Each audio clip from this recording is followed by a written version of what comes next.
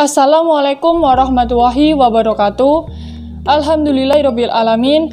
Assalatu wassalamu ala asrofil anbiya wa mursalin sayyidina Muhammadin wa ala alihi washabihi ajmain. Amma ba'd. Di sini saya Asri Ika Nur Maela NIM 202101040038 akan menjelaskan tentang konsep dasar pengelolaan kelas. Pengertian kelas. Menurut Nawawi dalam Sudirman menjelaskan bahwa kelas sebuah ruangan yang dibatasi oleh 4 sekat tempat, berkumpulnya berbagai siswa untuk mengikuti proses pendidikan dan pembelajaran.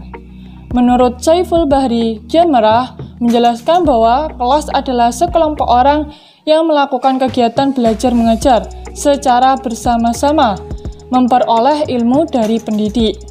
Menurut Suharsimi Arikunto dalam Saiful Bahri Jamarah menjelaskan bahwa kelas adalah sekumpulan siswa yang secara bersamaan mendapatkan contoh yang sama dan guru yang sama. Nah, dari penjelasan beberapa para ahli di atas, dapat disimpulkan bahwa kelas adalah suatu tempat berkumpulnya sekelompok siswa dalam melakukan kegiatan pembelajaran yang berlangsung secara efektif dan efisien dengan seorang guru di dalam tempat tersebut. Selanjutnya, jenis-jenis kelas. Jenis kelas dibagi menjadi 4. Ada jenis kelas yang gaduh.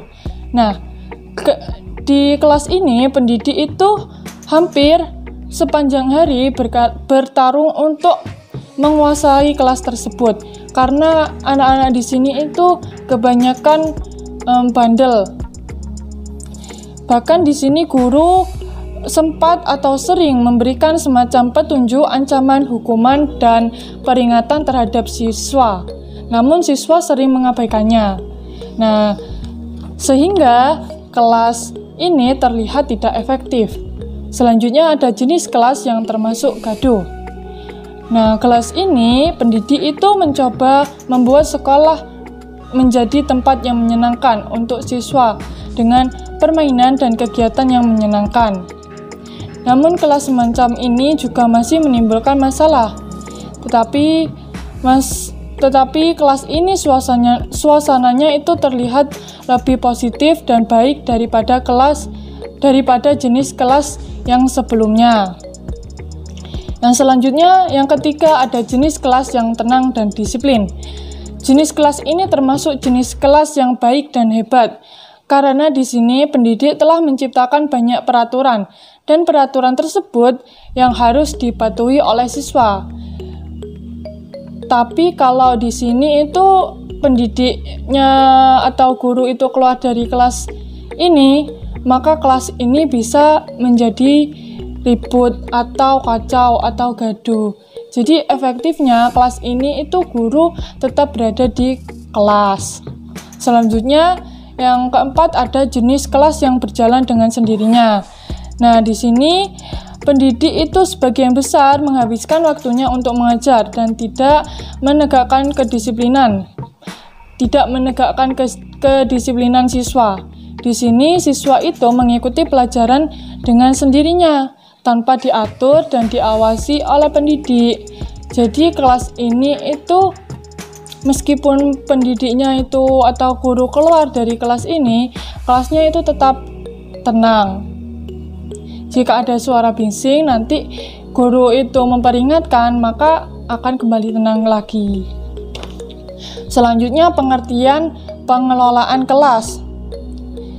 Dari penjelasan beberapa para ahli seperti Hadari Nawawi, Suharmi Arikunto, Made Pidarta, dapat disimpulkan bahwa pengelolaan kelas adalah suatu upaya atau usaha yang dilakukan oleh seorang pendidik dalam memberdayagunakan potensi yang ada di dalam kelas secara optimal untuk mendukung proses pembelajaran antara guru dengan siswanya, sehingga mencapai tujuan pembelajaran yang ingin dicapai. Selanjutnya ada fungsi pengelolaan kelas. Yang pertama, merencanakan. Merencanakan adalah membuat tujuan yang akan dicapai atau digapai yang mulai dari sekarang untuk masa depan. Berarti di sini itu guru menyusun atau membuat RPP buat 1 semester. Selanjutnya ada yang kedua yaitu mengorganisasikan. Mengorganisasikan di sini pendidik itu bertanggung jawab untuk memilah dan menghubungkan sumber-sumber pembelajaran sehingga dapat mewujudkan tujuan pembelajaran dengan cara yang baik, efektif, dan bijaksana. Yang ketiga, memimpin. Memimpin di sini berarti pendidik memotivasi, mendorong, mendukung, dan menstimulasikan siswa untuk terus belajar, sehingga mereka akan siap untuk mencapai tujuan pembelajaran. Yang keempat ada mengawasi. Mengawasi di sini pendidik memutuskan apakah fungsi yang dari awal tadi yang merencanakan, mengorganisasikan, dan memimpin itu berhasil ataukah tidak. Jika tidak berhasil, maka akan membuat evaluasi kembali. Selanjutnya ada pentingnya pengelolaan kelas. Menurut Salman Rushdie, ada 3 alasan yang dapat menjawab tentang pentingnya pengelolaan kelas ini. Yang pertama, pengelolaan kelas merupakan komponen atau faktor yang dapat membuat dan menjaga suasana serta kondisi kelas agar selalu terlihat efektif, sehingga secara umum terlihat menarik. Yang kedua, dengan pengelolaan kelas yang bagus, maka interaksi antara pendidik dan siswa dapat terjalin dengan baik pula. Yang ketiga, ruang belajar atau kelas juga menjadi tempat di mana kurikulum pendidikan dengan setiap bagiannya, seperti materi dengan sumbernya, serta semua materi yang berkaitan dengan materi yang dididik dan dinilai di dalam kelas. Selanjutnya ada tujuan pengelolaan kelas. Nah, di sini dibagi menjadi 2 tujuan. Ada tujuan pengelolaan kelas untuk peserta didik dan ada tujuan pengelolaan kelas untuk peserta didik. Yang pertama ada tujuan pengelolaan kelas untuk peserta didik. Yang pertama ada mendorong siswa untuk mengembangkan tanggung jawab individualnya terhadap perilakunya dan kebutuhan untuk mengontrol dirinya sendiri. Yang kedua ada membantu siswa untuk mengetahui perilaku yang sesuai dengan peraturan kelas dan memahami bahwa teguran pendidik merupakan suatu peringatan atau nasihat dan bukan kemarahan. Yang ketiga, membangkitkan rasa tanggung jawab untuk melibatkan diri siswa dalam tugas dan pada kegiatan yang diadakan. Tujuan yang selanjutnya yaitu untuk pendidik. Yang pertama ada menumbuhkan pemahaman dalam memberikan pelajaran dengan pembukaan yang tepat dan lancar. Yang kedua, mengetahui tentang kebutuhan siswa dan memiliki kemampuan dalam membimbing secara jelas kepada siswa.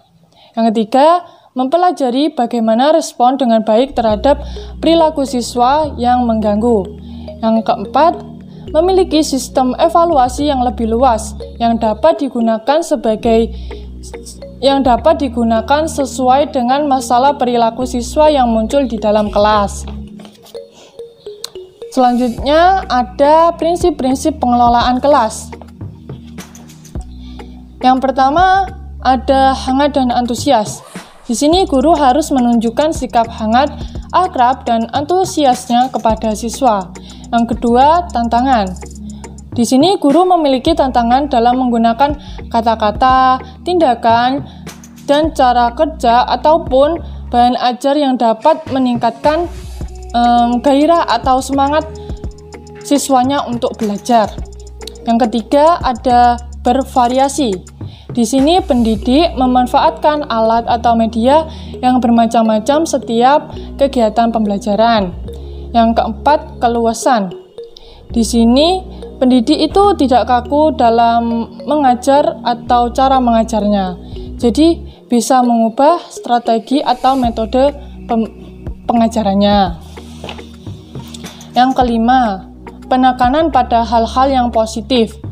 Pendidik harus menekankan di sini itu pendidik harus menekankan pada hal-hal yang positif dan berusaha untuk tidak mendidik pada hal-hal yang negatif. Contohnya, sholat duha dan sholat duhur tepat waktu dan berjamaah. Yang keenam, penanaman disiplin diri. Nah, di sini pendidik harus mencontohkan sikap disiplin kepada siswa. Yang ketujuh, stabilitas emosi yang stabil. Di sini guru harus sabar dalam menghadapi perilaku atau tingkah laku siswa. Yang kedelapan, optimis dan percaya diri. Pendidik harus memiliki rasa kepercayaan diri yang tinggi dan kuat dalam mengajar. Yang kesembilan, kesederhanaan, baik itu dalam penampilan maupun pakaiannya. Contohnya tidak boleh menggunakan perhiasan yang berlebihan. Yang ke-10, adil. Adil di sini berarti menyamaratakan perhatian kepada peserta didik atau siswanya. Tidak mengenal atau tidak memandang apakah siswa itu kaya atau miskin, pintar atau bodoh, laki-laki atau perempuan. Nah, itu tidak boleh dibeda-bedakan. Yang ke-11, humoris. Di sini guru harus bisa membawa suasana belajar yang santai dan tidak kaku kepada peserta didik. Di tengah-tengah pembelajaran bisa saja menceritakan suatu kisah yang menarik untuk menyemangatkan siswa dalam belajar. Selanjutnya ada hal-hal yang perlu diperhatikan dalam pengelolaan kelas. Yang pertama ada faktor-faktor yang mempengaruhi pengelolaan kelas. 2. Asas-asas pengelolaan kelas. 3. Strategi implementasi prinsip-prinsip pengelolaan kelas. 4. Komponen-komponen keterampilan dalam pengelolaan kelas. Faktor-faktor yang mempengaruhi pengelolaan kelas. Yang pertama ada faktor dinamika kelas. Di sini ada ruangan tempat berlangsungnya proses pembelajaran. Itu ada syarat-syaratnya seperti ruang pembelajaran itu harus memungkinkan semua siswa dapat bergerak secara leluasa, tidak berdesak-desakan, dan tidak saling mengganggu antara siswa satu dengan siswa lain. Untuk syarat-syaratnya ada seperti rapi, sempurna, bersih, sehat, dan tidak lembab. Cahaya dan aliran udara yang cukup, sirkulasi udara yang cukup, terus ukuran ruangan kelas itu 8 meter kali 7 meter, jumlah siswa tidak lebih dari 40 orang, dan lain sebagainya. Yang bisa kita lihat pada halaman 14-15. Selanjutnya yang B itu ada pengaturan tempat duduk. Nah, di sini dalam mengatur tempat duduk itu yang terpenting memungkinkannya terjadi pertemuan tatap muka antara pendidik dan siswanya. Untuk pola atau pengaturan tempat duduk ini ada pola berderet atau berbaris berjajar. Contohnya seperti ini. Nah, pola seperti ini efektif digunakan untuk pembelajaran formal. Yang kedua yaitu ada pola susunan kelompok. Nah, contohnya seperti ini. Pola ini atau pengaturan tempat duduk ini baik digunakan untuk saat berdiskusi. Dan yang ketiga ada pola formasi tapal kuda. Contohnya seperti ini. Nah, pola formasi tapal kuda ini biasanya digunakan pada pelajaran yang memerlukan diskusi antara siswa ataupun pendidik. Yang keempat ada pola lingkaran atau persegi. Biasanya ini digunakan untuk mempraktikkan atau mencontohkan suatu barang atau benda saat memperagakan atau mencontohkan kegiatan tersebut. Yang selanjutnya ada yang C, ventilasi dan pengaturan pencahayaan. Nah, di sini harus diatur ventilasi udaranya dan pengaturan pencahayaannya supaya siswa dan guru itu fokus untuk belajar. Yang D, ada pengaturan penyimpanan barang-barang. Jadi kayak buku-buku atau file-file yang penting itu bisa ditaruh di tempat khusus, seperti bisa ditaruh ke lemari yang ada di kelas. Selanjutnya ada faktor kurikulum. Di sini faktor kurikulum ini harus direncanakan dengan baik oleh pihak sekolah karena ini merupakan tanggung jawabnya. Yang ketiga ada faktor gedung dan sarana kelas. Jika faktor ini mendukung baik itu dari letak sekolah, letak kelas, struktur bangunan, maka proses pembelajaran akan berjalan dengan efektif dan efisien. Faktor yang selanjutnya yaitu faktor pendidik atau guru. Nah, pendidik di sini bertanggung jawab dalam membantu anak-anak untuk mencapai kedewasaan mereka masing-masing. Selanjutnya ada faktor siswa atau peserta didik atau murid atau anak didik. Nah, di sini siswa harus memiliki rasa diterima terhadap kelasnya, sehingga siswa dapat ikut serta dalam setiap kegiatan di dalam kelas. Berarti kita sebagai guru harus memperhatikan atau memberi perhatian kepada setiap siswa. Selanjutnya ada asas-asas pengelolaan kelas. Menurut Afriza dalam karyanya yang berjudul Manajemen Kelas, menjelaskan bahwa ada 9 asas-asas dalam pengelolaan kelas. Yang pertama ada asas apresiasi. Di sini berarti pengamatan secara sadar tentang segala sesuatu dalam dirinya, atau bisa juga mendapatkan reaksi yang baru dengan bantuan reaksi yang telah ada. Intinya kayak guru itu punya pengetahuan yang dimiliki sebelumnya, terus dapat lagi pengetahuan baru. Nah, itu didukung oleh pengetahuan yang sebelumnya. Yang kedua ada asas peragaan. Di sini pendidik mencontohkan langsung kepada siswa. Contohnya memperagakan tarian Bali. Nah, itu kan harus dicontohkan langsung. Yang ketiga ada asas motivasi. Di sini pendidik itu sebagai motivator yang mendukung siswa untuk melakukan atau tidak mengerjakan sesuatu untuk tujuan pembelajaran yang efektif. Berarti itu pendidik harus mendukung siswa dalam setiap kegiatan yang positif. Kalau mengerjakan atau melakukan kegiatan yang negatif, maka kita bisa kasih peringatan kalau tindakannya itu salah. Selanjutnya ada asas belajar aktif. Di sini berarti siswa harus didorong untuk secara aktif ikut serta dalam kegiatan pembelajaran oleh pendidik. Yang kelima ada asas kerjasama. Berarti di sini di dalam proses pembelajaran ada kerjasama antara pendidik dan siswa. Yang keenam asas mandiri.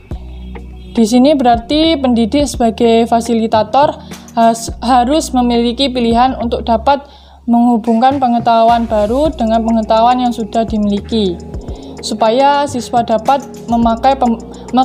memaknai pembelajaran secara mandiri. Yang ketujuh ada asas penyesuaian dengan individu siswa. Di sini pendidik harus benar-benar memahami karakteristik setiap siswa. Yang kedelapan ada asas korelasi. Asas korelasi adalah untuk menghubungkan pokok pembahasan yang akan diajarkan dengan pokok pembahasan yang berbeda dalam satu mata pelajaran ataupun dengan mata pelajaran yang berbeda. Jadi pokok pembahasan materi yang sebelumnya itu bisa dihubungkan dengan materi yang akan diajarkan nanti di dalam satu mata pelajaran. Yang kesembilan ada asas evaluasi yang teratur. Melakukan di sini berarti melakukan evaluasi dan menilai proses pendidikan, apakah kinerja siswa itu bagus atau tidak. Yang selanjutnya ada strategi implementasi prinsip-prinsip pengelolaan kelas. Di sini ada yang pertama keteladanan. Berarti di sini guru atau pendidik itu memberikan contoh kepada siswanya sebagai contoh yang baik atau suri teladan gitu. Yang kedua yaitu pembiasaan.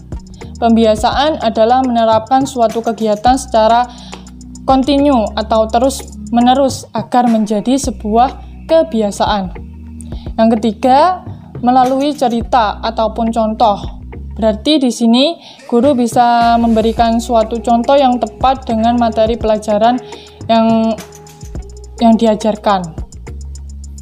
Yang keempat ada terapan melalui kurikulum. Di sini guru harus menerapkan prinsip-prinsip pengelolaan kelas untuk setiap mata pelajarannya.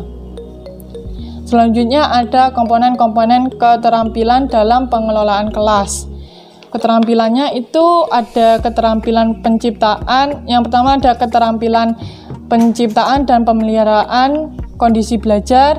Yang kedua ada keterampilan pengembangan kondisi belajar yang optimal. Nah, di yang pertama ini ada sikap tanggung jawab. Sikap tanggung jawab ini bisa dilakukan oleh pendidik dengan cara memandang secara sesama peserta didiknya. Apakah dia itu terlibat langsung dalam pembelajaran atau tidak. Yang selanjutnya ada gerakan mendekati. Setelah memandang secara sesama, ada gerakan mendekati. Gerakan mendekati ini berarti pendidik harus berinteraksi langsung atau mengajak siswa untuk aktif dalam pembelajaran. Selanjutnya ada memberi pertanyaan. Berarti di sini pendidik itu harus bertanya apakah siswanya itu senang ataukah enggak. Yang keempat ada memberi reaksi terhadap gangguan dan kekacauan. Nah, di tahap ini berarti pendidik perlu memberikan teguran kepada siswa yang melanggar. Kayak memberi teguran gitu dah intinya. Yang selanjutnya di tahap yang di satu ini ada membagi perhatian. Membagi perhatiannya itu ada yang secara visual dan ada yang secara verbal. Secara visual ini berarti mengamati langsung tingkah laku siswanya. Kalau secara verbal berarti mengomentari, bertanya, dan menjelaskan kepada siswa dengan jelas tentang tindakan yang dia lakukan. Yang selanjutnya di sikap tanggap ini yang selanjutnya ada pemusatan perhatian kelompok. Di sini berarti memberi tanda seperti pendidik harus bisa memusatkan perhatiannya kepada kelompok itu. Bertanggung jawab, pengarahan dan petunjuk yang jelas, ada pengertian juga, ada juga kelancaran. Nah, untuk selanjutnya yang nomor 2, keterampilan pengembangan kondisi belajar yang optimal, itu ada modifikasi tingkah laku. Berarti di sini pendidik mengubah perilaku siswa yang keliru.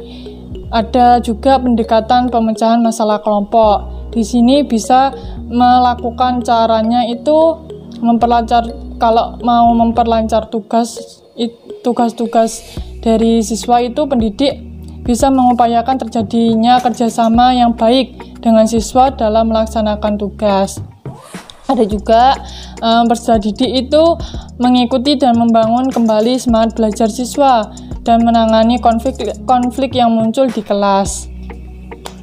Yang selanjutnya di keterampilan pengembangan kondisi belajar yang optimal, ada yang terakhir itu menemukan dan memecahkan tingkah laku yang menimbulkan masalah.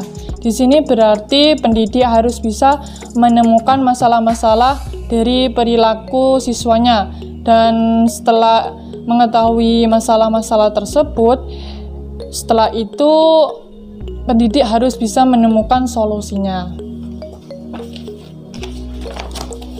Baik, sekian dari penjelasan saya. Kurang lebihnya mohon maaf. Wassalamualaikum warahmatullahi wabarakatuh.